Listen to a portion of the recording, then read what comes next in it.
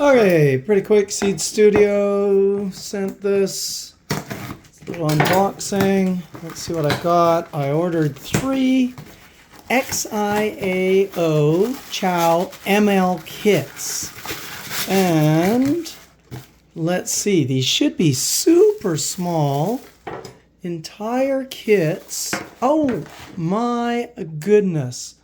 I was not expecting that small. That is stunning. Now, what is this? Micro SD card toolkit. So that's what I got. One of these, so let's just look at one of them, is 38 US dollars. Just quickly, don't really want to do a long video. So that's cool. You got your micro SD card, you've got some USB plug-in, no, that's a USB-A. That's cool. I don't quite clue into how my SD card is read, but I'm just going to take it on faith that it can. So that's the big box. And then the little box, very, very cool, has some information. And I'll put links in the post, but this is all supported by TinyML 4D and the ML Sys book. And let's have a look at what we've got here. There's the information package, and it has a link to where you can find ready-made labs for machine learning. This is cool. Wasn't really expecting a heat sink.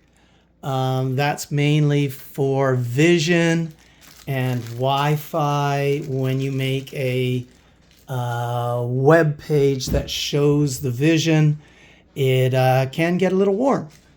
Now, what's going to be a problem is putting those on when this is set up like that. Let's have a look at this. We've got a camera. We've got the micro SD card. We've got USB-C.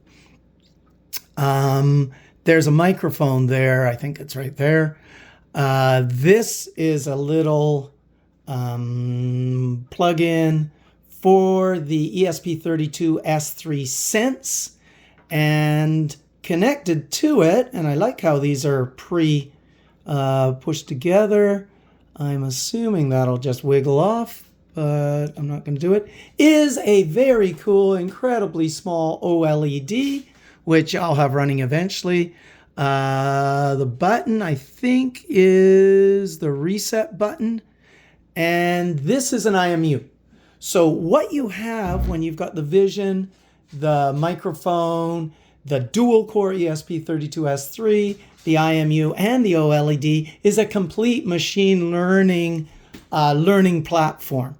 This is your Wi-Fi BLE antenna. So look at what you're getting for 38 US dollars. What